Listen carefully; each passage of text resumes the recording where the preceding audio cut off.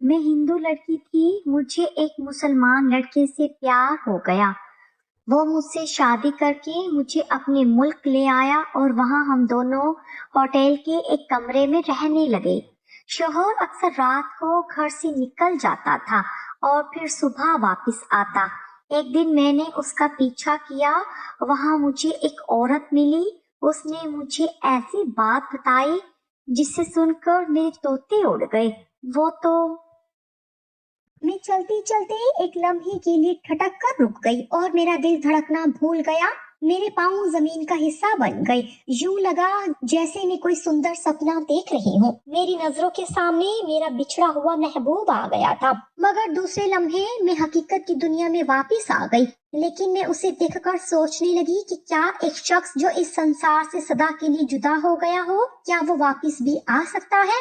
ये कैसे हो सकता है कि मरने के कुछ अरसे बाद ही वो एक खूबसूरत और पुरकशिश शख्सियत की सूरत में वापस आ गया हो? अनिल, ये वाकई तुम हो? मेरे धड़कते दिल के किसी कोने में एक सदा गूंजी। मैं दुनिया से बेनियाज उसे देखे जा रही थी। वो किसी और सिमत में देखता हुआ मेरी तरफ ही चला आ रहा था। मेरा सीना तेजी से धक धक करने लगा। मैंने अपने दिल से पूछा, पूनम, ये कैसे हो सकता है? ये अनिल कैसे हो सकता है? जब अनिल की चिता को आग लगाई गई थी उस वक्त तो मैं भी मौजूद थी। मगर वही चाल, वही दराज कद, उसकी खूबसूरती और मर्दाना वजहात जिसे देखकर लड़कियां अपने आप को भूल जाती थी और उनके दिल धड़क कर रह जाते थे। जब वो मेरी नजरों के सामने से गुजरने लगा तो उसका पूरा चेहरा वाज़ेह तौर पर मेरे सामने था। उसने मेरी तरफ देखा, हमारी नजरें मिली और वक्त की नब्ज़ जैसे रुक गई। वो मुझे देखता हुआ आगे बढ़ गया। मैं उसे हैरान नजरों से देखे जा रही थी। अनिल से उसकी हैरत अंगेज मुशाहबत ने मुझे शशदर कर दिया था। अनिल का कोई भाई ना था, मगर ये देखने में ये उसका जुड़वा भाई लग रहा था। मैं उसकी तरफ देखने लगी। वो एक खाली बेंच पर जाकर उदास सा बैठ गया था। उसके चेहरे से वहशत बरस रही थी। मैं यहाँ पे अपनी दोस्त से मिलने के लिए आई थी, लेकिन मुझे अपनी दोस्त कहीं दिखाई नहीं दे रही थी। मैं वापस जा रही थी कि अचानक मेरी निगाह उस पर पड़ गई थी। अनिल मेरा सपना था, लेकिन दौलत की हिर्स ने उसे मुझसे छीन लिया था। वो बहुत अमीर आदमी बनना चाहता था, जिसके लिए वो मुंशियात फरोशों के ग्रोह में शामिल हो गया था। मैंने उसे बहुत समझाया, इस घुनावने रास्ते पर चलने से बाज रखने की बड़ी कोशिश की थी, लेकिन उस पर अंधा जुनून सवार था। वो पुलिस मुकाबले में मारा गया और मेरे दिल की दुनिया उजाड़ गया। उस शख्स को देखकर पुरानी यादें एक एक करके ताजा हो गई। जख्म फिर से ताजा हो गए, जख्मों में टीसे उठने लगी और चंद लम्हों के बाद मैंने खुद को उसकी बेंच पर पाया। उसमें कोई जादू था जिसने मुझे बेख्तियार उसकी तरफ खींच लिया था। मैंने हैरत से उसे ऊपर से नीचे तक देखा। उसके लिबास पर शिकनों का जाल फैला हुआ था, बालों पर गिर्द जमी हुई थी, चेहरा सख्त था, उसकी स्याह आंखें धुसी हुई थी। वो निढाल और कमजोर सा लग रहा था और आंखें बंद किए ना जाने क्या सोच रहा था। उसने आंखें खोलकर मेरी तरफ देखा, फिर खुश्क होंठों पर जुबान फेरते हुए हिंदुस्तानी जुबान में पूछा, आपके पास सिगरेट है? सिगरेट? मैंने उसकी आंखों में झांकते हुए जवाब दिया, नहीं, मेरे पास सिगरेट है और ना ही मैं कोई नशा करती हूँ। नशा तो मैं भी नहीं करता, उसने बेजान से लहजे में जवाब दिया। आप नशा नहीं करते? मुझे उसका जवाब सुनकर बड़ी हैरत हुई, जबकि उसकी हालत किसी नशाबाज की सी हो रही थी। वो किसी गदागर की तरह लग रहा था। मैं ये कहे बगैर ना रह सकी, आपकी हालत किसी नशेबाज की सी हो रही है। आप झूठ बोलकर किसी को धोखा नहीं दे सकते। मैं 3 दिन से भूखा हूँ। उसने एक गहरी सांस ली, इसलिए मेरी हालत एक आदि नशे शख्स की सी हो रही है। आप 3 दिन से भूखी हैं? मैं एकदम चौंक पड़ी। आप मेरी बात का यकीन करें या ना करें, ये हकीकत है। मैं कोई 1 महीने से बेरोजगारी, भूख और अफलास के जहन्नुम से गुजर रहा हूँ। वो दिल गिरफ्तार लहजे में बोला। मैंने उसकी तरफ तज़बज़ब से देखा और मेरी सांसें उलझने लगी। उसका लहजा इतना दुखी था कि मेरा सारा बदन झंझना उठा। मैंने गैर इरादी तौर पर उसका हाथ अपने हाथ लेकर मजबूती से थाम लिया। उसने चौंक कर मेरी तरफ देखा। मैंने खड़े होते हुए कहा, चलो मेरे साथ आओ, मैं तुम्हें खाना खिलाती हूँ। मैं उसे अपने साथ टैक्सी में लेकर घर पहुंची। मेरा एक कमरे का कुशादा फ्लैट था। मेरे पास अनिल की बहुत सारी चीजें बतौर निशानी में मौजूद थी, जो उसकी आखिरी रसूम के बाद मैं उसके फ्लैट से ले आई थी। उनमें उसके कपड़े और जूते वगैरह भी थे। जितनी देर में वो नहाकर और कपड़े बदल कर आया, मैंने उसके लिए खाना तैयार करके मेज पर लगा दिया था। वो खाने पर जैसे किसी भूखे भेड़िए की तरह टूट पड़ा। वो वाकई जाने कब से भूखा था। उसने खूब सैर होकर खाना खाया। खाने से फरागत पाकर कॉफी पीते हुए उसने मेरी तरफ ममनूनियत और तशक्कुराना नजरों से देखते हुए कहा, मैं आपका ये एहसान सारी जिंदगी नहीं भूलूंगा। क्या मैं अपने मोहसिन का नाम पूछ सकता हूँ? इसमें एहसान की क्या बात है? मैंने अपना इंसानी फर्ज अदा किया है। मैं ज़ेरे लब मुस्कुराई। मेरा नाम पूनम है और मेरा नाम फरहान बेग है। उसने अपना तारुफ कराते हुए मुसाफे के लिए अपना हाथ मेरी तरफ बढ़ाया। मैंने बड़ी गर्मजोशी से हाथ मिलाया। सच पूछिए तो आपने मुझे एक नई जिंदगी दी है। इस बुरे वक्त में मेरे हमवतनों और दोस्तों ने मेरा साथ छोड़ दिया। मुझे उनसे इस खुदगर्जी की तवक्को न थी, जबकि आपसे मेरा कोई रिश्ता नाता नहीं है और न ही आप मेरी हम मजहब हैं। इसके बावजूद इंसानियत का सबूत देकर मुझे बिन मोल खरीद लिया। काश मैं आपका ये एहसान उतार सकता। अब आप किसी और मौजू पर बात करें, मैंने शर्मिंदगी से कहा।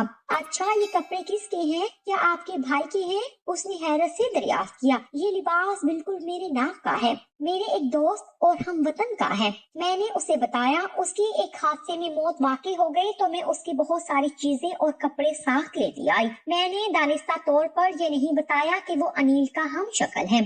मैंने ऐसा क्यों किया, ये बात मैं खुद जानने से कासिर थी और मैं खुद भी तो नहीं जानती थी। अलबत्ता मैंने उसे अपने बारे में बड़ी तफसील से बताया था। मेरे माता पिता भारत के शहर इलाहाबाद के रहने वाले हैं। वो 20 वर्ष पहले आए तो यहीं के होकर रह गए, मगर वो एक वर्ष में 2-3 महीने के लिए भारत जरूर जाते थे, इसलिए कि मैं नानी के पास रहकर तालीम हासिल कर रही थी। जिस वक्त मैंने मैट्रिक किया था, नानी इस दुनिया से चली गई थी।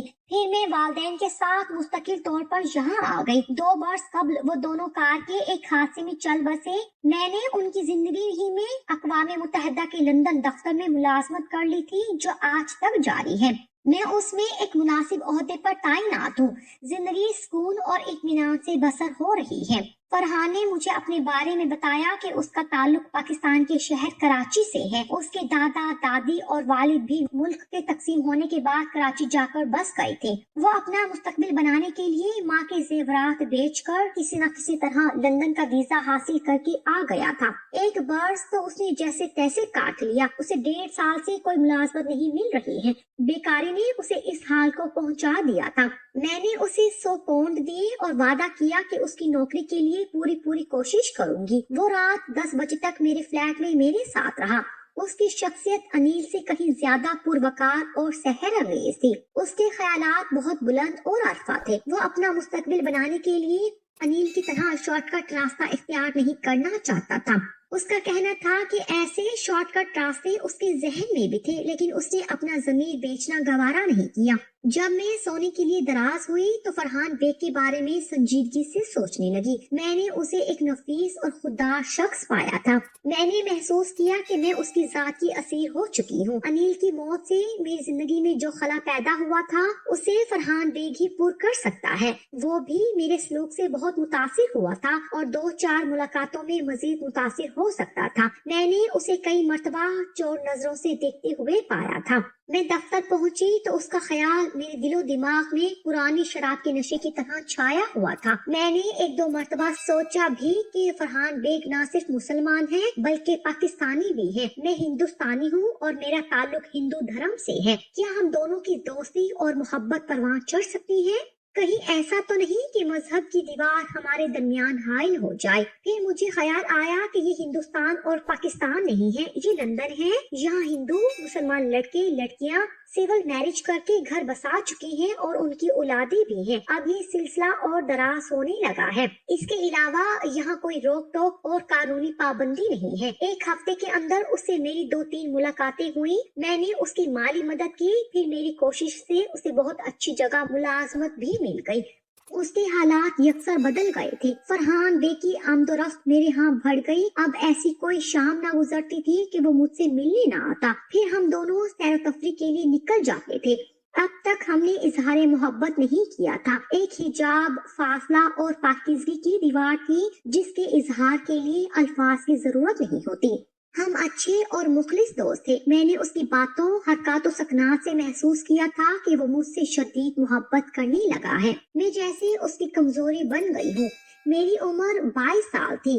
मेरी रंगत सुर्खो सफेद थी। मेरा शुमार हसीन और जमील लड़कियों में किया जाता था। कई हिंदुस्तानी लड़के मुझसे दोस्ती, कुर्ब और शादी के ख्वाहिशमंद थे, लेकिन अनिल की मौत के बाद मैंने दिल में अहद कर लिया था कि अब मैं किसी से मोहब्बत करूंगी और ना ही शादी करके घर बसाऊंगी। मगर फरहान बेग ने मेरे इस अहद को तोड़ दिया था। वो मेरे मन के नेहा खाने में बस चुका था। उसकी इज्जत मेरे दिल में इसलिए भी बढ़ गई थी कि उसने 1.5 माह के अरसे में ऐसी कोई हरकत नहीं की थी जिसकी वजह से मुझे तकलीफ और तारुस का मौका मिलता। उसने खुद को मेरे साथ रेस्टोरेंट में कल्ब जाके रक्स करने तक महदूद रखा हुआ था। मैं उसे अपने साथ अपनी दोस्त की सालगिरह की पार्टी में ले गई थी। इस पार्टी में बेशतर हिंदुस्तानी लड़के और लड़कियां थी। वहाँ रानी भी आई हुई थी। वो यहाँ एक नाइट क्लब में डांस करती थी। खूबसूरत मर्द उसकी कमजोरी थे। वो मेरी दोस्त की कजन थी। वो उस रोज इंतहाई नामुनासिब लिबास में आई थी। पार्टी में शरीक मर्द उसे इस तरह देख रहे थे जैसे उन्होंने अपनी जिंदगी में किसी औरत को ना देखा हो। उसमें जो बेपनाह जिस्मानी कशिश थी वो बहुत कम लड़कियों में देखने में आती थी। उसने जो फरहान को देखा तो उस पर मन मिटी। वो पार्टी के इख्तिताम तक उसके साथ चिमटी रही और उसके साथ आखिर तक रक्स किया था। उस रोज फरहान अनिल का सबसे अच्छा, कीमती और नफीस सूट पहन कर आया था। 1.5-2 महीने में ही वो और ज्यादा दिलकश दिखाई देने लगा था। उस रोज वो ऐसा गजब ढा रहा था कि हर किसी की तवज्जो का मरकज बन गया था। वो खुद भी रानी से इस कदर मुतासिर हो गया था कि मुझे लिफ्ट तक नहीं करा रहा था। उसे रानी पर मेहरबान होता देखकर मेरे दिल में खंजर सा उतर गया। फिर वो दोनों अचानक पुरअसरार तौर पर कमरे से गायब हो गए तो जैसे जलती पर तेल गिर गया। किसी ने मुझे इशारे से बताया कि वो दोनों मेरी दोस्त के बेडरूम में हैं। मैंने अपनी दोस्त के बेडरूम पर जाकर दरवाजा सा खोलकर झांका तो सुन होकर रह गई और खामोशी से उल्टे कदमों लौट आई।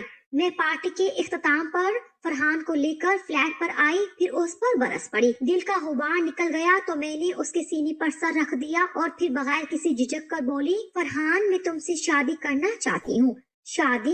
क्या तुम मुझसे शादी करोगी? वो मेरी जुबान से शादी की बात सुनकर बेइंतहा खुश और सरशार सा हो गया। उसने मेरी आंखों में झांकते हुए कहा, मेरे ख्वाबो ख्याल में भी नहीं था कि मुझे मेरी मंजिल इतनी जल्दी मिल जाएगी। मैं इस वक्त अपने आप को दुनिया का खुशकिस्मत तरीन शख्स समझ रहा हूँ। मगर पूनम, उसके अल्फाज दम तोड़ गए, लहजा बुझ सा गया, चेहरे पर उदासी सी छा गई।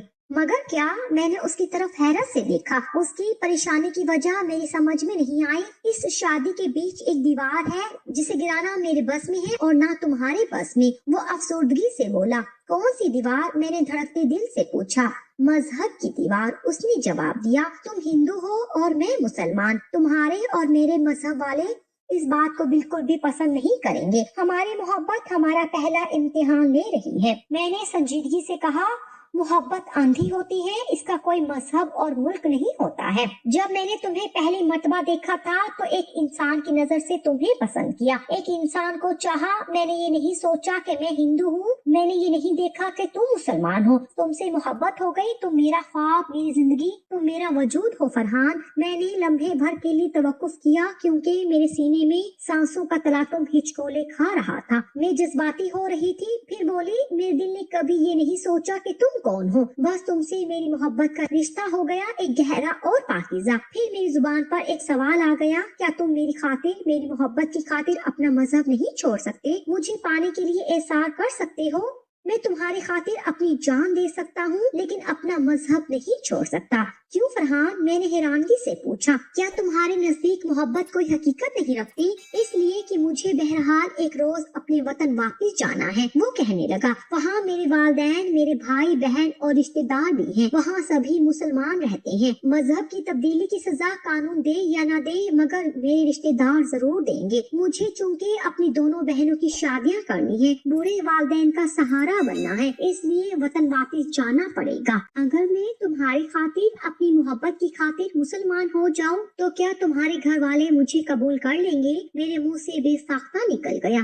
क्यों नहीं? फरहान बहुत खुश हुआ, उसका चेहरा खिल उठा और आंखें चमकने लगी। मेरे घर वाले खुश हो जाएंगे, वहाँ तुम्हें इज्जत और एहतराम की नजर से देखा जाएगा। तुम मुसलमान हो जाओगी पूनम।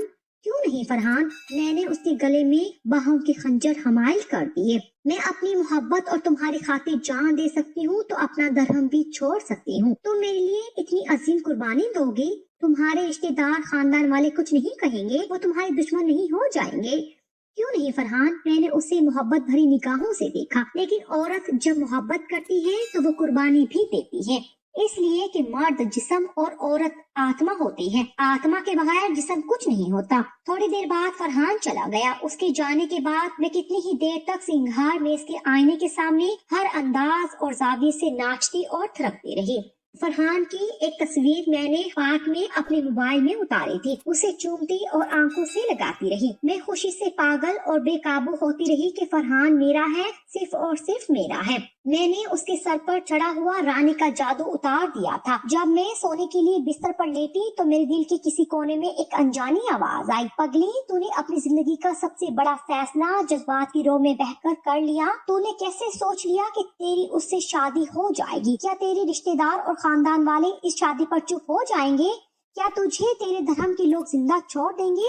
ये सोचा है तूने? अहमक, अब भी वक्त है, उससे शादी करने से इनकार कर दे। इनकार के हजार बहाने तुझे मिल जाएंगे। खूब अच्छी तरह सोच ले, जज्बात की रो में मत बह। फरहान ने जब से मेरी जिंदगी में कदम रखा था, मेरी सोच एक आम और रवायती औरत की तरह हो गई थी। अनिल के इस संसार से चले जाने के बाद उसका वजूद मुझे फरहान की सूरत में मिला था। मैं उसके वजूद को खो देने का तसव्वुर भी नहीं कर सकती थी। मैं बागी और सरकश हो गई थी। अब मैं इस मोहब्बत भरे रास्ते पर इतनी दूर आ गई थी कि वापसी का कोई रास्ता नहीं रहा था। वो मेरा दरहम बन गया था। अब मैं उसे किसी कीमत पर छोड़ नहीं सकती थी। आखिर मैं भी तो एक औरत हूँ। क्या अपने महबूब को पाने के लिए अपना धर्म नहीं छोड़ सकती? जुमा के रोज मुझे फरहान एक आलम दीन के घर ले गया। उनका नाम दीन मोहम्मद था।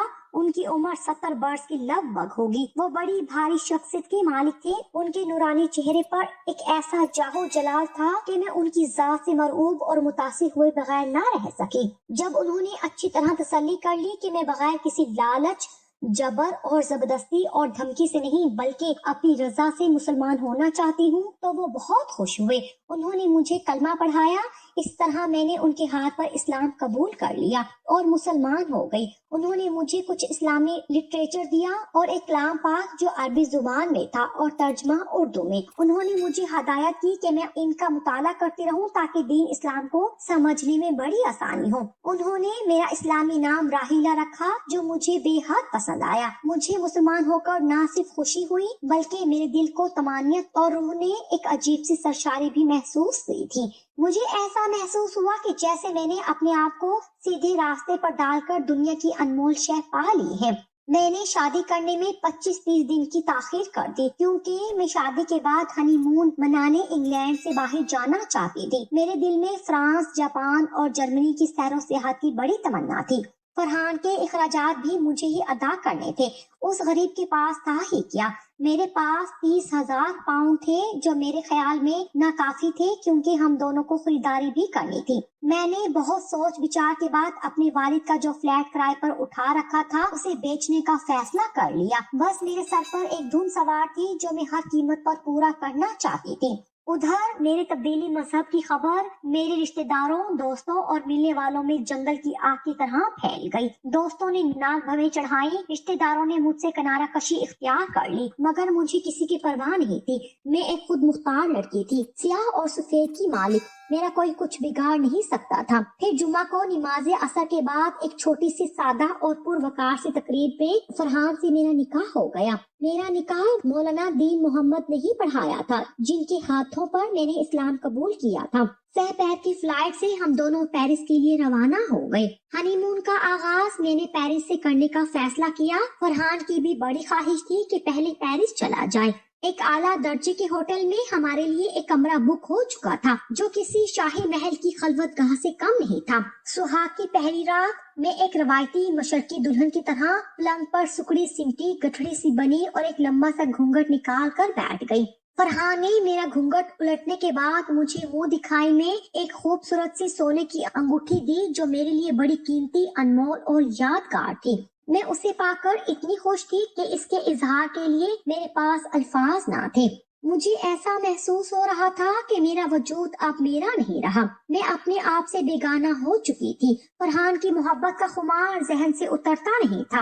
2 مہینے بعد ہم لندن واپس آ گئے۔ یہاں آ کر میں نے اپنی زندگی کا آغاز کیا۔ فرحان بھی مجھ سے کہیں زیادہ خوش تھا۔ اس کی محبت میں روز ہی ایک نئی گرم جوشی اور جذبات میں شدت محسوس کرتی تھی۔ میں نے خواب و خیال میں بھی نہیں سوچا تھا کہ زندگی اتنی حسین اور اتنی پیاری ہو جائے گی۔ فرحان میرے لیے ایک بہترین ہمسفر ثابت ہوگا۔ 6 مہینے کا عرصہ پلک جھپکتے گزر گیا۔ میں نے جس کمپنی میں فرحان کو ملازمت دلوائی تھی وہ گردش میں آ کر مالی مشکلات کا شکار ہو کر دیوالیہ ہو گئی تھی، تو اس کی ملازمت جاتی رہی تھی۔ وہ پھر سے بے روزگار ہو گیا تھا۔ اسے ملازمت کی بڑی فکر تھی۔ نوکری چھٹ جانے کا اسے بہت غم تھا۔ دراصل ہر ماہ اسے گھر کے اخراجات کے لیے ایک مخصوص رقم بھیجنا ہوتی تھی جو اسے تنخواہ ملتی تھی۔ اس میں سے وہ 10% اپنے پاس رکھ کر باقی رقم اپنے گھر بھیج دیتا تھا۔ یہاں اسے زیادہ رقم کی ضرورت نہ ہوتی تھی کہ اس کے سارے اخراجات میں ہی اٹھاتی تھی۔ وہ چاہتا تھا کہ جب تک اسے اچھی ملازمت نہیں مل جاتی وہ کسی ہوٹل میں کام کر لے۔ ہوٹل میں برتن دھونے کا کام آسانی سے مل جاتا تھا اور اجرت بھی معقول، اس سے گزارا بآسانی ہو سکتا تھا۔ لیکن مجھے یہ بات پسند نہیں تھی کہ وہ اس قسم کی جاب کرے۔ لندن میں بے روزگاری تیزی سے بڑھ رہی تھی۔ اچھی ملازمت کا ملنا مشکل ہوتا جا رہا تھا۔ اس کی وجہ یہ تھی کہ باہر سے بہت لوگ تلاش معاش کے لیے آ رہے تھے۔ یہاں لیبر جاب کی کوئی کمی نہ تھی۔ وہ کوئی 4 ماہ تک بیکار رہا۔ اس عرصے میں اسے ہر ماہ گھر بھیجنے کے لیے 200 پاؤنڈ دیتی رہی تھی۔ اس کے ذاتی اخراجات بھی برداشت کرتی رہی۔ کبھی اسے اس بات کا احساس ہونے نہیں دیا تھا کہ وہ اور میں الگ الگ ہیں۔ میری ہر چیز اس کی ہے، میں اس کی ملکیت ہوں۔ میرے لیے اس کے اور اس کے گھر کے اخراجات برداشت کرنا مشکل نہ تھا۔ میری تنخواہ بہت اچھی تھی اور اس کے علاوہ میرا بینک بیلنس بھی بہت تھا۔ آخر میری ہی کوششوں سے اسے بہت اچھی جاب مل گئی تھی۔ تنخواہ بھی بہت اچھی تھی، سہولتیں بھی توقع سے زیادہ تھی۔ ادھر لندن میں نسلی فسادات زور پکڑ گئے۔ میں اس سے سختی سے تاکید کرتی کہ کوشش کر کے جلد از جلد دفتر سے گھر پہنچ جایا کرے۔ ہم نے شام کو گھر سے نکلنا بھی بند کر دیا۔ ایک روز ایسا ہوا کہ گورے بدماشوں نے مجھے اغوا کرنے کی کوشش کی، لیکن پولیس کی وجہ سے ان کی کوشش ناکام ہو گئی۔ اس واقعے نے مجھے دہشت زدہ اور بہت ہراساں کر دیا تھا۔ میرے دل میں خوف سا بیٹھ گیا تھا۔ بہرکیف اس روز سے میں بے حد محتاط ہو گئی تھی۔ چند دنوں سے نسلی فسادات کچھ زیادہ ہی بھڑک اٹھے تھے۔ لڑکیوں کو اغوا کر کے انہیں اجتماعی زیادتی کا نشانہ بنایا گیا تھا اور بچوں کو وحشیانہ طور پر قتل کر دیا گیا تھا۔ کشیدگی تھی کہ برابر بڑھتی جا رہی تھی۔ حالات اس لیے قابو میں نہیں آ رہے تھے کہ پولیس جانبداری کا مظاہرہ کر رہی تھی۔ ان حالات کے پیش نظر فرحان نے یہ تجویز پیش کی کہ کیوں نہ ہم پاکستان جا کر مستقل سکونت اختیار کر لیں۔ وہاں ایک اشتہاری کمپنی، چائنیز ریسٹورینٹ یا باربیکیو کھول لیں گے۔ میری اس سے کوئی بات ڈھکی چھپی نہیں تھی۔ میں اسے بتا چکی تھی کہ میری تنخواہ کتنی ہے، بینک بیلنس بھی کتنا ہے، میرا فلیٹ کس مالیت کا ہے، میری مالیاتی پوزیشن بہت مستحکم ہے۔ میں نے فرحان کی خوشی کی خاطر اس کی تجویز مان لی۔ یوں بھی میں یہاں کی آزادانہ زندگی اور معاشرے سے اتار چکی تھی۔ اس کی وجہ میرے رشتے دار بھی تھے جو میرے مسلمان ہونے پر نالاں تھے اور مجھے نفرت اور حقارت کی نظروں سے دیکھتے تھے۔ میرے اندر مسلمانوں اور اسلام سے محبت پیدا ہو گئی تھی۔ دفتر میں ایک نو عمر مسلمان مقامی خاتون تھی جس نے مجھے اسلام کی خوبیوں سے آگاہ کیا اور میری رہنمائی کرتی تھی۔ میں نے اپنا فلیٹ بیچا اور ملازمت سے استعفیٰ دے دیا۔ مسٹر جان کو میری ملازمت چھوڑنے کا بڑا دکھ تھا۔ وہ اس دفتر کے انچارج تھے، تاہم انہوں نے مجھ سے کہا تھا کہ اگر میں کسی وجہ سے لندن واپس آؤں تو ان سے ضرور ملوں۔ وہ مجھے پھر سے سابقہ ملازمت اور عہدے پر تعینات کر دیں گے۔ میں پاکستان جا رہی تھی تو بہت خوش تھی کہ اسلام نے عورت کو بڑی عزت، اہمیت، مقام اور تحفظ دیا ہوا ہے۔ वहाँ मेरी इज्जत और पजीराई की जाएगी। मैं एक भरे घर में रहूंगी जहाँ मेरी सास और नंदे होंगी और देवर भी होंगे। उन सब के साथ मिलजुल कर हंसी खुशी से रहूंगी, उनकी खिदमत करके जिंदगी गुजारूंगी। मुझे एक तरह से रूहानी खुशी हासिल हो गई थी। कराची पहुंचकर फरहान ने एक होटल में कमरा किराए पर ले लिया, क्योंकि उसने अपने घर वालों को अभी तक अपनी शादी की इत्तला नहीं दी थी। उसकी वालदा को दिल का शदीद किस्म का सदमा पहुंचने का अंदेशा था कि उसने बताए बगैर एक नौ मुस्लिम लड़की से शादी कर ली। वो चाहता था कि पहले मेरे लिए घर की फिजा हमवार कर ले, फिर अपनी माँ और बहनों को एतमाद में लेकर उन्हें शादी के बारे में बताए। उसने ये भी बताया कि उसकी वालदा दकियानूसी खैरात की मालिक है और किसी बात पर अड़ जाती हैं, और जब किसी बात पर अड़ जाती हैं तो उन्हें समझाना बहुत मुश्किल हो जाता है। उसने मुझे तसल्ली दी कि घबराने और परेशान होने की जरूरत नहीं, उन्हें बहनों की मदद से राजी करने में चंद दिन लग जाएंगे। उसे कुछ दिनों तक रातें घर पर गुजारनी होंगी। वो दिन में मेरे पास आ जाया करेगा। फरहान रात 10 बजे घर चला जाता था। उसने सिर्फ 2-3 रातें होटल में मेरे साथ गुजारी थी। वो सुबह 9 बजे होटल आ जाता था, फिर हम मिलकर नाश्ता करते। उसने एक प्राइवेट गाड़ी किराए पर ले रखी थी। उस गाड़ी में हम दोनों काम के लिए जगह देखने निकल जाते थे। हमारा इरादा इश्तिहारी कंपनी कायम करने का था। हम लंच किसी अच्छी होटल में करके वापस आ जाते। शाम 6 बजे तक आराम करते, फिर तैयार होकर साहिल, समंदर या कहीं सैर तफरीह करने निकल जाते।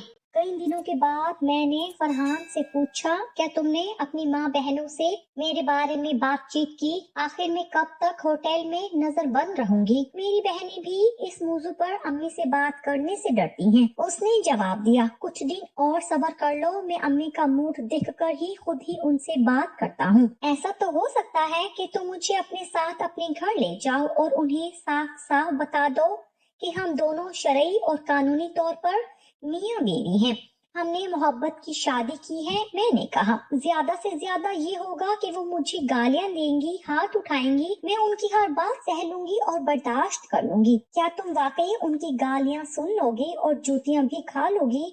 उसने हैरत से कहा, हाँ, क्योंकि अब वो मेरी माँ की जगह है। मैं हंस पड़ी। मेरी अम्मी दिल की मरीजा है। वो बोला, ऐसा ना हो कि सदमे से उन्हें दिल का दौरा पड़े और वो जानलेवा साबित हो। मैंने जब ये सुना कि वो दिल की मरीजा है, खामोश हो गई। कोई 1 हफ्ते बाद मैंने उससे इस मौजू पर बात की तो वो हीले बहाने करने लगा। उसकी इन बातों से मेरे दिल के किसी कोने में शक की लहर उठी। ऐसा लगता था कि दाल में कुछ काला है। वो किसी वजह से मुझे अपने घर ले जाना नहीं चाह रहा है। वो या तो अम्मी से जरूरत से ज्यादा डरता है या फिर उसकी अम्मी किसी वजह से मुझे कबूल करना नहीं चाहती है। फिर मैंने फैसला किया कि बेहतर है कि मुझे ही उसकी अम्मी से मिलकर बात कर लेनी चाहिए और उन्हें साफ साफ बता देना चाहिए कि मेरी और फरहान की शादी हो चुकी है। दुनिया की कोई ताकत हम दोनों को एक दूसरे से जुदा नहीं कर सकती। और फिर मैं कोई अंग्रेज लड़की नहीं, हिंदुस्तानी हूँ और मुसलमान हो चुकी हूँ। दूसरे दिन फरहान ने सुबह 10 बजे आकर कहा कि उसकी वालदा की तबीयत ठीक नहीं है, वो उन्हें अस्पताल ले जा रहा है। शाम 6 बजे तक आ जाएगा। मेरे लिए ये सुनहरी मौका था। फरहान होटल से निकला तो मैं भी चंद लम्हों के बाद उसके पीछे पीछे गैर महसूस अंदाज से निकली। जिस वक्त वो होटल की इमारत से निकलकर गाड़ी में बैठा, उस वक्त इत्तेफाक से एक टैक्सी होटल के दरवाजे पर खाली हुई। मैं फौरन ही उसमें बैठ गई। मैंने टैक्सी ड्राइवर से कहा कि इस नीले रंग की कार का ताकुब इस तरह करो कि उसे शक न हो कि उसका पीछा किया जा रहा है। फरहान की गाड़ी मुख्तलिफ रास्तों से होती हुई एक अकामती इलाके में दाखिल हुई तो टैक्सी ड्राइवर ने उस कॉलोनी का नाम बताया। फरहान का मकान मैंने दूर से देख लिया था। ये मकान 120 गज के रकबे पर बना हुआ था। उसे रंगो रोगन करके नया और खूबसूरत बनाया गया था। शाम के वक्त फरहान आया तो मैंने उस पर ये जाहिर नहीं किया कि मैं उसका मकान देख कर आई हूँ। मैंने उसकी अम्मी की तबीयत के बारे में पूछा तो उसने बताया कि बेहतर है। अस्पताल में 2-3 घंटे जेरे इलाज रहकर घर वापस आ गई है। वो मुझे क्लिफ्टन ले गया। उसने वहाँ जाकर मुझसे कहा कि मेरा ख्याल है कि अम्मी शायद शादी के बारे में जानकर मुझे घर में कदम रखने ना दे। क्यों ना हम लाहौर की सुकूनत इख्तियार कर लें और वहाँ कोई बिजनेस शुरू कर दें। इस तरह हम वहाँ बड़े सुकून और इत्मीनान से जिंदगी गुजार सकेंगे। امی شادی کے لیے کہیں گی تو ٹال دوں گا، میں ان کی زندگی تک اس شادی کو چھپا کر رکھنا چاہتا ہوں۔ ڈاکٹروں کی رپورٹ کے مطابق وہ زیادہ سے زیادہ 1.5 برس جی لیں گی۔ ان کی وفات کے بعد میری راہ میں کوئی رکاوٹ نہیں رہے گی۔ یہ تجویز بھی بری نہیں تھی، مگر میں کراچی چھوڑ کر کسی اور شہر میں سکونت اختیار کرنا نہیں چاہتی تھی، کیونکہ مجھے یہ شہر بے حد پسند آیا تھا، بڑا بارونق شہر تھا۔ رات فرحان نے مجھ سے کہا کہ وہ صبح ایک ضروری کام سے 7 بجے حیدرآباد شہر جا رہا ہے، رات 9 بجے واپس آئے گا۔ میں دوسرے دن صبح 10 بجے دھڑکتے دل سے ہوٹل سے نکلی۔ 20 منٹ کے بعد اس کے گھر کے دروازے پر دستک دی۔ دروازے پر فرحان کے نام کی تختی لگی ہوئی تھی۔ چند لمحوں کے بعد دروازہ کھلا اور ایک حسین اور شاداب بدن کی عورت کا سراپا نمودار ہوا۔ وہ 30 برس کی دراز کا دورہ تھی۔ وہ گہرے بھورے رنگ کے شلوار قمیض میں ملبوس تھی۔ اس کے پیچھے ایک 9 برس کی عمر کا لڑکا اور 7 برس کی بڑی پیاری سی بچی تھی۔ میں نے ایک قدم آگے بڑھایا اور پوچھا، کیا فرحان بیگ صاحب گھر پر ہیں؟ وہ گھر پر نہیں ہے، کسی کام سے حیدرآباد گئے ہوئے ہیں، رات تک واپس آئیں گے۔ کیا میں اندر آ سکتی ہوں؟ میں نے اس کی حسین آنکھوں میں جھانکتے ہوئے پوچھا۔ ضرور، تشریف لائیں، اس نے شائستگی سے جواب دیا۔ پھر وہ مجھے ڈرائنگ روم میں لے آئی۔ وہ تینوں میرے سامنے بیٹھ گئے۔ کیا فرحان بیگ صاحب کی والدہ تشریف رکھتی ہے؟ ان کی والدہ 15 سال قبل ہندوستان گئی تھی اور وہیں پر وفات پا گئی۔ آپ کسی اور فرحان صاحب کے بارے میں تو نہیں پوچھ رہی ہیں؟ میں ان فرحان بیگ کے بارے میں پوچھ رہی ہوں جو 20-25 روز قبل لندن سے آئے ہیں۔ جی ہاں، یہ گھر انہی کا ہے، ان کے والدین کا انتقال ہو چکا ہے۔ اچھا، تو ان کے بھائی بہنیں کہاں رہتے ہیں؟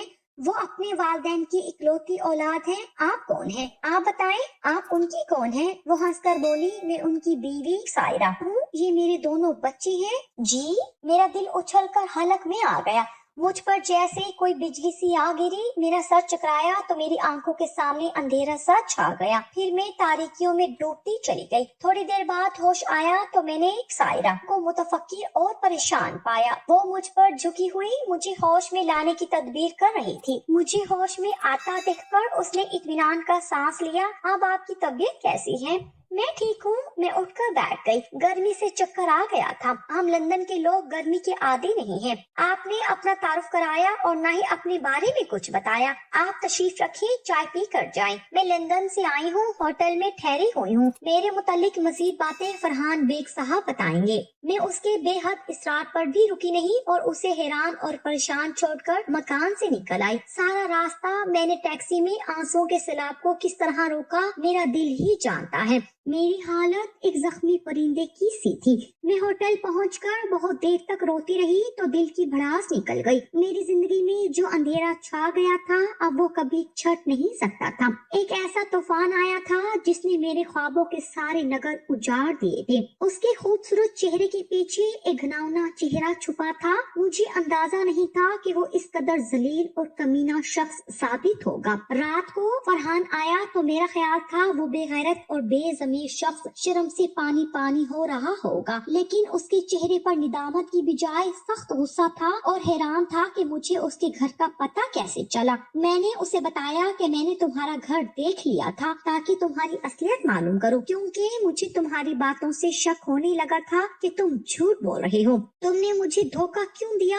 اس بے شرم اور بے غیرت شخص نے کہا کہ میں نے یہ سب اپنی بیوی اور بچوں کے مستقبل کے لیے کیا تھا، چونکہ تمہیں ایک خوبصورت مرد کی آرزو تھی جو میں نے پوری کر دی۔ مجھے طیش آ گیا، میں نے اسے خوب گالیاں دی۔ وہ میری گالیاں سن کر مشتعل ہو گیا اور برداشت نہ کر سکا اور میرے منہ پر تھپڑ دے مارا۔ میں نے اسے مارنے کے لیے چھری اٹھا لی تو اس نے مجھے کمینی اور طوائف کہا اور کہا کہ میں واپس چلی جاؤں۔ جب میں نے اپنی رقم کا مطالبہ کیا تو اس نے کہا کہ رقم کو بھول جاؤ، البتہ ایک ایسی چیز دے رہا ہوں جو تمہیں مجھ سے سدا کے لیے آزاد کر دے گی۔ یہ کہہ کر اس نے مجھے زبانی طلاق دی اور چلا گیا۔ ہوٹل کے مینیجر نے مجھے بتایا، آپ نے جو 60,000 کی رقم جمع کروائی تھی تمام اخراجات نکال کر اب صرف 12,000 رہ گئے ہیں۔ مزید قیام کرنا ہے تو 20,000 جمع کرا دے۔ میرے پاس 20,000 پاؤنڈ کے ٹریولرز چیک تھے۔ فرحان نے 1-2 مرتبہ کہا تھا کہ کیش کرا لو۔ میں نے کسی وجہ سے کیش نہیں کروائے تھے۔